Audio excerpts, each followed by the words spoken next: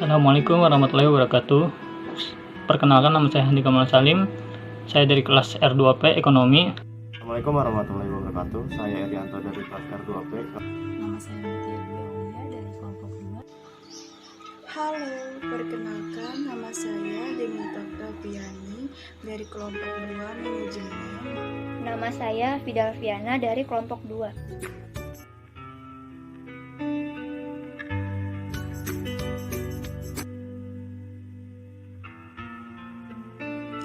Kepemimpinan adalah kegiatan yang mempengaruhi perilaku orang lain agar mau belajar sama untuk mencapai sasaran dan tujuan yang ditentukan.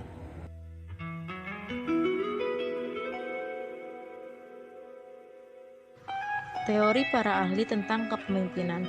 Menurut sejarah, masa kepemimpinan muncul pada abad 18. Ada beberapa pengertian kepemimpinan menurut para ahli, antara lain, kepemimpinan adalah pengaruh antar pribadi dalam situasi tertentu dan langsung melalui proses komunikasi untuk mencapai satu atau beberapa tujuan tertentu. Menurut Tannenbaum, Wechsler, and Nasarik, kepemimpinan adalah sikap pribadi yang memimpin pelaksanaan aktivitas untuk mencapai tujuan yang diinginkan. Menurut Stratgwell, Hamill, and Cons, kepemimpinan adalah suatu proses yang mempengaruhi aktivitas kelompok yang diatur untuk mencapai tujuan bersama. Menurut Rauch and Behling, kepemimpinan adalah kemampuan seni atau teknik untuk membuat sebuah kelompok atau orang mengikuti dan menaati segala keinginannya. Kepemimpinan adalah suatu proses yang memberi arti. Kepemimpinan adalah suatu proses yang memberi arti atau penuh arti kepemimpinan pada kerjasama dan dihasilkan dengan kemauan untuk memimpin dalam mencapai tujuan. Menurut Jacobs and Jacques.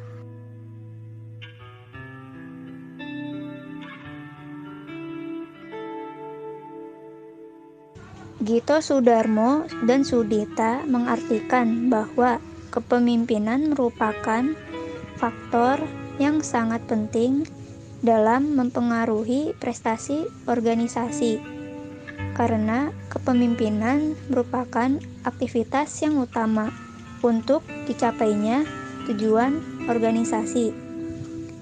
Dari pengertian ini, kepemimpinan didefinisikan sebagai salah satu proses mempengaruhi aktivitas dari individu atau kelompok untuk mencapai tujuan dalam situasi tertentu.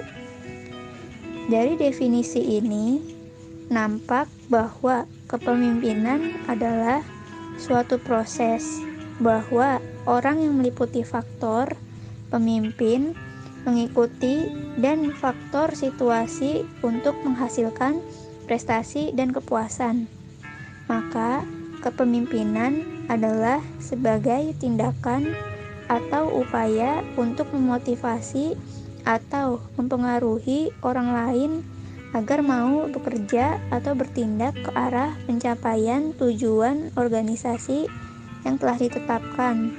Atau kepemimpinan merupakan tindakan membuat sesuatu menjadi kenyataan.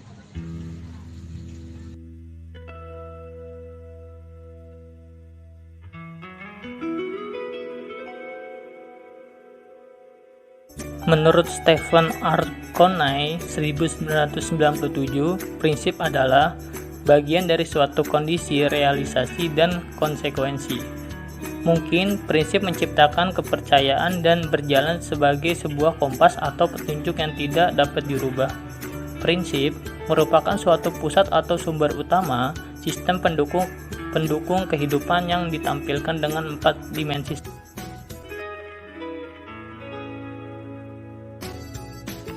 Macam gaya kepemimpinan. 1. Kepemimpinan autokratis. Pemimpin dengan kepemimpinan autokratis merupakan pemimpin yang dominan dalam berbagai tindakan dan juga keputusan yang diambil. Kekuasaan pemimpin sangat mutlak dan hampir tidak ada celah untuk para bawahan memberikan masukan. Gaya kepemimpinan ini biasanya hadir dalam organisasi militer di mana kekuasaan pemimpin amat mutlak serta adanya pemisah tegas antara atasan dan juga bawahan. 2. Kepemimpinan birokrasi. Kepemimpinan birokrasi biasanya diterapkan dalam kantor pemerintahan atau perusahaan besar yang sudah memiliki budaya kuat mengakar sejak lama. Gaya kepemimpinan birokrasi mengatur berbagai macam hal secara sistematis. Ada aturan-aturan yang sudah ditetapkan untuk urusan-urusan tertentu, sehingga dalam konteks ini, bawahan tidak punya ruang untuk mendobraknya dan harus mengikuti regulasi yang ada. 3. Kepemimpinan partisipatif. Gaya kepemimpinan yang satu ini memberikan ruang bagi bawahan untuk berpartisipasi lebih dalam pembuatan sebuah keputusan. Pendapat bawahan didengarkan, tentu bila memberikan pandangan baru yang sesuai dengan tujuan yang ingin dicapai. Hubungan yang terjalin antara atasan dan juga bawahan sangat bersahabat, serta hangat dan tidak ada suasana otoriter. Gaya kepemimpinan yang satu ini sangat cocok diterapkan di perusahaan-perusahaan rintisan atau organisasi nirlaba. 4. Kepemimpinan delegatif. Pada gaya kepemimpinan delegatif, para bawahan diberikan kebebasan oleh para pemimpin. Maka dari itu, bawahan punya ruang untuk melakukan hal-hal sesuai dengan keyakinan mereka dan mampu mengambil keputusan sendiri. Namun, kepemimpinan delegatif ini hanya bisa diterapkan apabila para bawahan sudah cukup matang dalam mengambil keputusan.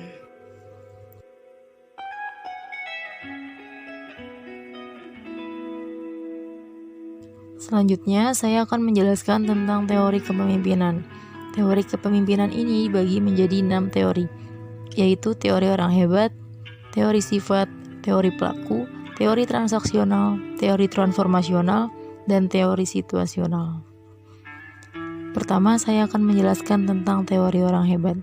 Teori orang hebat ini menyatakan bahwa pemimpin yang hebat memiliki sifat kepemimpinan dari lahir, bukan dibentuk. Yang kedua, teori sifat. Teori sifat ini menyatakan bahwa sifat alami yang dimiliki seseorang cenderung dapat menjadikannya pemimpin yang baik, dan perlu digarisbawahi, memiliki kualitas diri tertentu tidak serta-merta menjadikan seseorang pemimpin yang hebat. Yang ketiga, teori pelaku. Teori ini berfokus pada perilaku, sikap, dan lingkungan. Yang keempat, teori transaksional. Teori transaksional ini terjadi karena adanya kesepakatan antara bawahan dan pemimpin tentang apa yang harus dilakukannya. Dan teori ini mempunyai nilai-nilai yang hanya berlaku dengan proses pertukaran dan keuntungannya ada timbal balik. Yang kelima, teori transformasional. Teori transformasional ini didasari adanya hubungan positif antara atasan dan bawahan sehingga terbentuklah kepemimpinan yang efektif.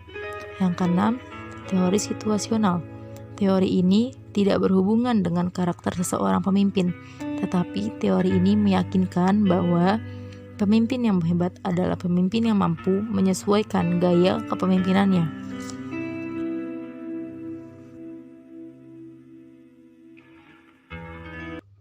Saya akan menjelaskan tentang skill-skill yang harus dimiliki oleh seorang pemimpin.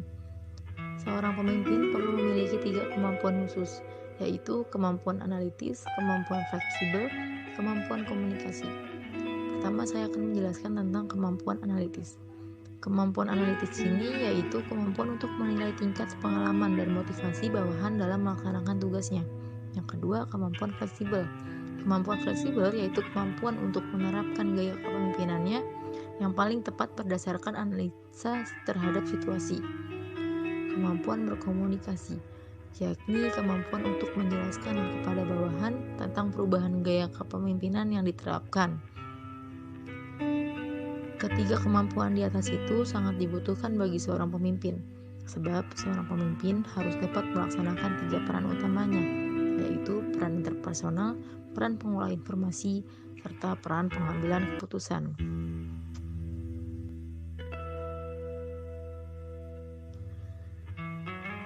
Hal-hal yang harus dimiliki seorang pemimpin yaitu dapat memotivasi dirinya sendiri, Yang kedua, mampu berbicara di muka umum.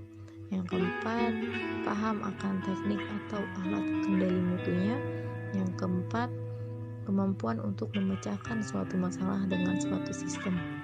Yang kelima, transfer pengetahuan kepada bawahan. Yang keenam, memotivasi bawahannya. Yang ketujuh, mengenali karakteristik bawahannya. Yang kedelapan, keinginan mengetahui perkembangan. Yang kesembilan, keinginan melakukan perusakan.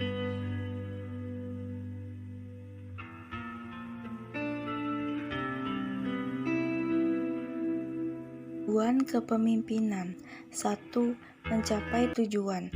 Kepemimpinan merupakan sebuah hal yang dibutuhkan dalam perusahaan atau kelompok supaya tujuan dapat tercapai. Tanpa adanya satupun pihak yang berjiwa pemimpin, tujuan sulit untuk dicapai karena tidak ada sosok yang bisa dijadikan pegangan. 2. Memotivasi orang lain. Tujuan dari kepemimpinan adalah untuk memotivasi orang lain agar bisa melakukan sebuah hal dengan baik dan memaksimalkan kemampuan. Bila tidak ada sosok pemimpin, banyak orang yang akan mengalami demotivasi karena mereka tidak terpacu akan sesuatu atau tidak merasa memiliki kewajiban untuk melakukan hal tertentu.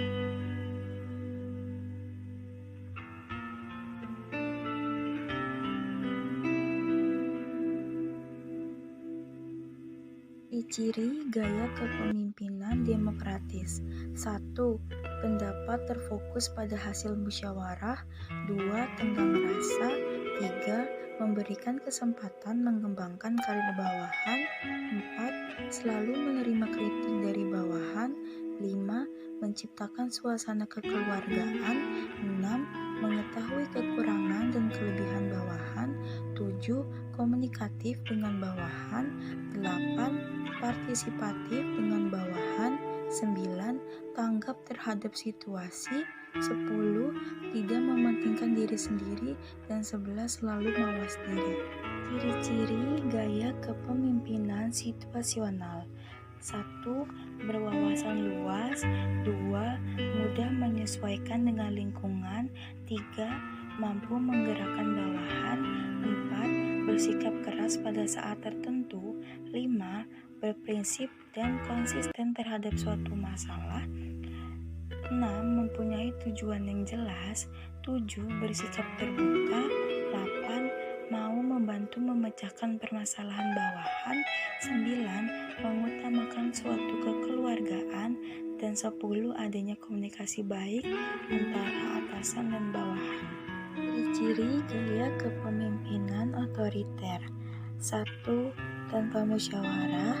2. Tidak mau menerima saran dari bawahan. 3. Mementingkan diri sendiri dan kelompok. 4. Selalu memerintah. 5. Memberikan tugas mendadak. 6. Memaksakan kehendak. 7. Setiap keputusan tidak dapat dibantah. 8. Kekuasaan mutlak ada pada pimpinan. 9. Hubungan dengan bawahan kurang harmonis. 10. Kurang percaya pada anak buah dan kurang memberikan dorongan semangat kerja bawahan. Assalamualaikum warahmatullahi wabarakatuh. Saya Erianto dari kelas R2P. Kali ini saya akan menjelaskan tentang fungsi-fungsi kepemimpinan. Fungsi pemimpin. Menurut Hamdani Hanawi dalam buku berjudul Kepemimpinan yang Efektif, bermacam-macam fungsi kepemimpinan sebagai berikut ini. Oke, yang pertama, fungsi instruktif. Fungsi ini mendapatkan pemimpin sebagai keputusan yang diberi terhadap para bawahannya. Sementara itu, para bawahan yang bertugas menjalankan instruksi diperintah oleh pemimpin. 2. Fungsi konsultatif. Berbeda dengan fungsi instruktif, fungsi konsultatif bersifat dua arah. Dapat konsultatif, pemimpin mencari yang terbaik dan mencapai tujuannya bersama. Pemimpin diharapkan cukup bijak mempunyai pengetahuan terakhir hal yang sedang dikerjakan supaya mengarahkan bawahannya dengan baik. Yang keempat ada fungsi partisipasi. Fungsi partisipasi ini mampu mengaktifkan partisipasi para pesertanya, sehingga juga turut berpartisipasi dan berinisiatif dalam suatu proyek. Para bawahannya tidak hanya sekedar menjalankan perintahnya saja. Oke, yang keempat ada fungsi delegasi. Dalam fungsi delegasi, pemimpin mampu mendelegasi suatu wewenang kepada orang lain yang sesuai dengan tugas tersebut. Oke, yang kelima ada fungsi pengendalian. Fungsi pengendalian berarti memimpin mampu mengendalikan segala aktivitas bawahannya agar efektif untuk mencapai tujuan dan tidak keluar jalur. Dalam menjalankan fungsi ini, dibutuhkan pemimpin yang tegas dan juga pemimpin yang teliti dalam mengamati bawahannya. Cara memperhatikan bawahan. 1. Tegurlah tapi jangan kasar. 2. Pekalah terhadap manusia. 3. Bijaksana terhadap hal-hal sensitif seperti jangan remehkan seorang bawahan. Jangan kritik bawahan di depan orang lain. Sekali-sekali berikan perhatian penuh terhadap bawahan. Jangan mementingkan diri sendiri dan bawahan berpikir demikian. Jangan memunculkan anak emas, selalu berusahalah mengembangkan bawahan. Mengertilah hal-hal kecil namun sangat menyentuh bawahan. Jangan membanggakan diri di hadapan bawahan. Jangan racuni iklim kerja yang sudah baik karena adanya seorang bawahan yang kurang berprestasi. Jangan terombang-ambing dalam mengambil keputusan. Pandangan kepemimpinan. 1. Seseorang yang belajar seumur hidup tidak hanya melalui pendidikan formal, tetapi juga di luar sekolah. Contohnya belajar melalui membaca, menulis, observasi, dan mendengar. Mempunyai pengalaman yang baik maupun yang buruk sebagai sumber pembelajaran. 2. Berorientasi pada pelayanan. Seorang pemimpin tidak dilayani tetapi melayani. Sebab prinsip pemimpin dengan prinsip melayani berdasarkan karir sebagai tujuan utama. Dalam memberi pelayanan, pemimpin seharusnya lebih berprinsip pada pelayanan yang baik. 3. Membawa energi positif. Setiap orang mempunyai energi dan semangat. Menggunakan energi yang positif didasarkan pada keikhlasan dan keinginan mendukung kesuksesan orang lain. Untuk dibutuhkannya energi positif untuk membangun hubungan yang baik, seseorang harus dapat mau bekerja untuk jangka waktu yang lama dan kondisi tidak ditentukan.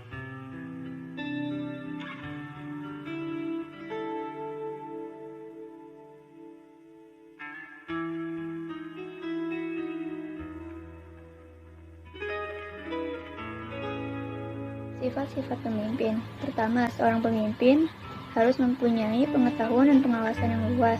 Karena dengan mempunyai pengetahuan dan pengawasan yang luas, seorang pemimpin bisa membimbing pekerjanya untuk bekerja dengan cara yang lebih baik dan juga mengambil keputusan secara bijaksana dan tepat untuk terciptanya tujuan perusahaan.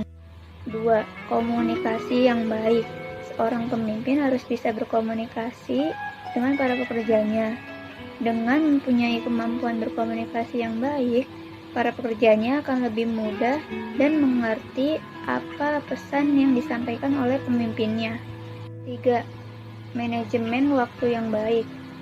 Seorang pemimpin harus mempunyai cara manajemen waktu yang baik dengan anggota timnya, agar pekerjaan yang sedang dilakukan akan menjadi lebih efektif dan memaksimalkan waktu sesuai dengan targetnya.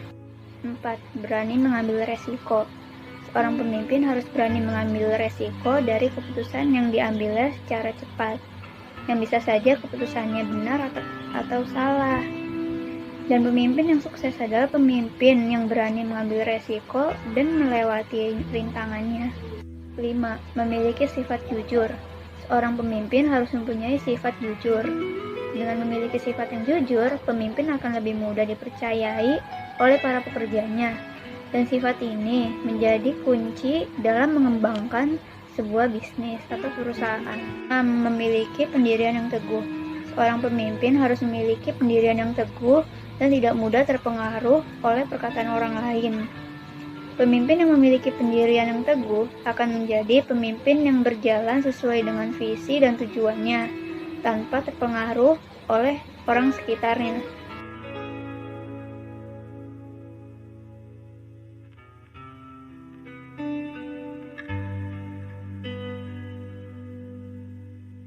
Karakteristik kepemimpinan Indonesia. Ketuhanan yang Maha Esa. Hingarsa sung tulada, di depan memberi teladan. Hing madia mangun karsa, di tengah memberi motivasi dan kemauan. Tutwuri handayani, di belakang memberiku kekuatan. Waspada purba wisesa, waspada dan berkuasa. Ambek parama arta, mempunyai sifat kebenaran. Prasaja satya, hemat, gemi, nastiti, hati-hati. Hemat, cermat, hati-hati. Terbuka, legawa, rela, dan tulus ikhlas. Bersifat kesatria.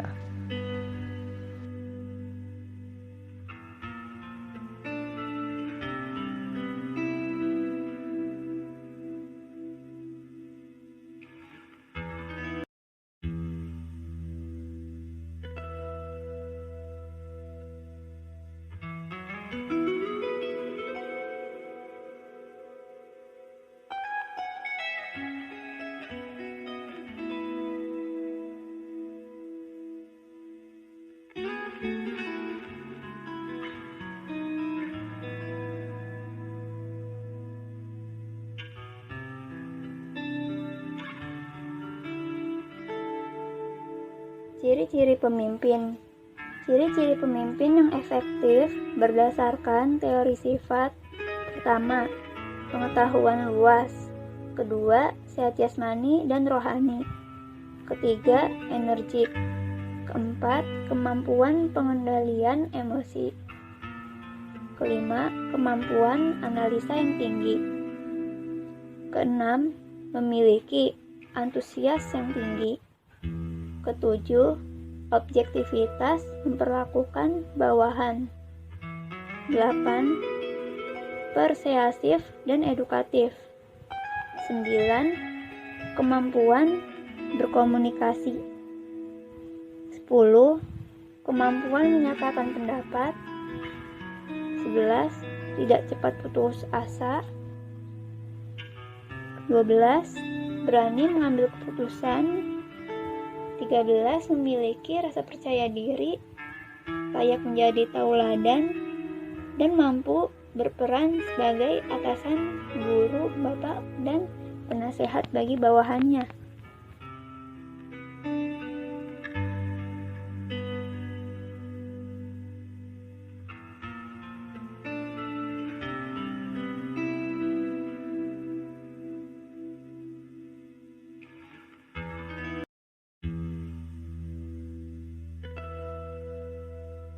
Pemimpin yang baik dapat menghasilkan: pertama, kelompok bekerja sebagai tim. Tim dapat memahami tujuan-tujuan kelompok.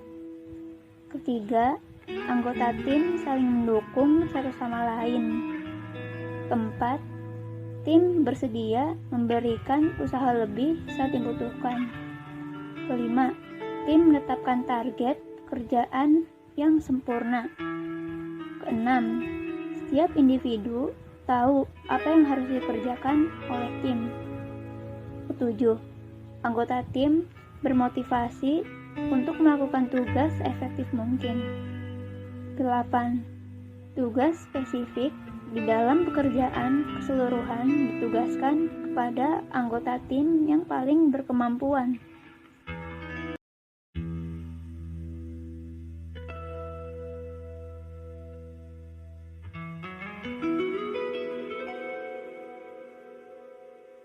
Pemimpin yang buruk akan mengakibatkan: pertama, kelompok tidak mengerti apa yang harus dikerjakan. Kedua, kelompok tidak termotivasi sehingga memerlukan waktu yang lebih lama untuk menyelesaikan suatu tugas. Ketiga, individu tidak bekerja sebagai tim dan tidak berinteraksi sebagai suatu kelompok. Keempat, kemungkinan kelompok akan berusaha minimal untuk menyelesaikan suatu tugas. Kelima, turnover anggota kelompok akan lebih sering karena mereka tidak mau bertahan dalam lingkungan tersebut. Keenam, individu tidak akan mengembangkan keahlian yang diperlukan.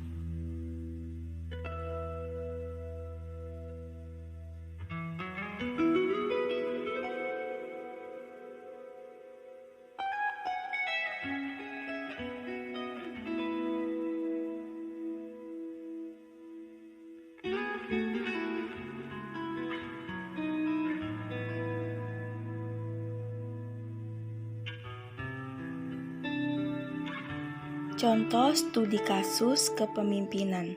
Seorang manajer perusahaan cipta abadi yang sebelumnya diangkat menjadi manajer, dia selalu memiliki karakter dan sikap yang baik, mempunyai komunikasi atau interaksi yang baik dengan karyawan lainnya, dan selalu memberikan motivasi dan solusi kepada karyawan. Akan tetapi, setelah diangkat menjadi seorang manajer atau pemimpin perusahaan selama 6 bulan, sikap manajer itu berubah. Yang sebelumnya dia selalu bersikap baik dan suka berinteraksi dengan karyawannya, dia malah semakin susah untuk berinteraksi dan semakin sulit karyawan untuk meminta solusi dan motivasi kepada manajer tersebut sebagai pemimpinnya. Padahal seorang pemimpin itu harus memiliki sikap komunikasi yang baik dan merubah karyawannya menjadi lebih baik. Bagaimana solusi kasus tersebut? Kasus manajer atau pemimpin perusahaan ini tidak sesuai dengan pengertian, fungsi, tujuan kepemimpinannya, karena seseorang pemimpin itu harus bisa membimbing para pekerja untuk bekerja secara efektif. Solusi yang sesuai dengan kasus ini adalah pekerja harus bilang ke manajernya bahwa para pekerja memerlukan bimbingan dan motivasi dari manajernya untuk menyelesaikan pekerjaan yang baik. Jika manajer tersebut tidak menerima masukan dari pekerja harus melaporkan ke pihak perusahaan bahwa manajer tersebut tidak bekerja dengan baik yang sesuai dengan arti, fungsi, dan tujuan kepemimpinan, dan meminta untuk mengganti manajer baru yang sudah berpengalaman yang bekerja dengan efektif yang mampu bisa membimbing para pekerjanya.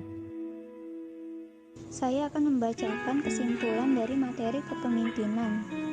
Kepemimpinan merupakan kemampuan mempengaruhi orang lain, bawahan, atau kelompok. Kemampuan mengarahkan tingkah laku bawahan atau kelompok. Memiliki kemampuan atau keahlian khusus dalam bidang yang diinginkan oleh kelompoknya untuk mencapai tujuan organisasi atau kelompok. Kepemimpinan adalah kemampuan seseorang mempengaruhi dan memotivasi orang lain untuk melakukan sesuatu sesuai tujuan bersama. Kepemimpinan meliputi proses mempengaruhi dalam menentukan tujuan organisasi, memotivasi perilaku pengikut untuk mencapai tujuan, mempengaruhi untuk memperbaiki kelompok dan budayanya. Seorang pemimpin yang baik harus memiliki integritas atau kepribadian, intelektual atau pengetahuan, inteligensi atau spiritual, skill atau kemampuan atau keahlian, memiliki power atau dapat mempengaruhi orang lain, mau belajar, mendengar, dan siap dikritik.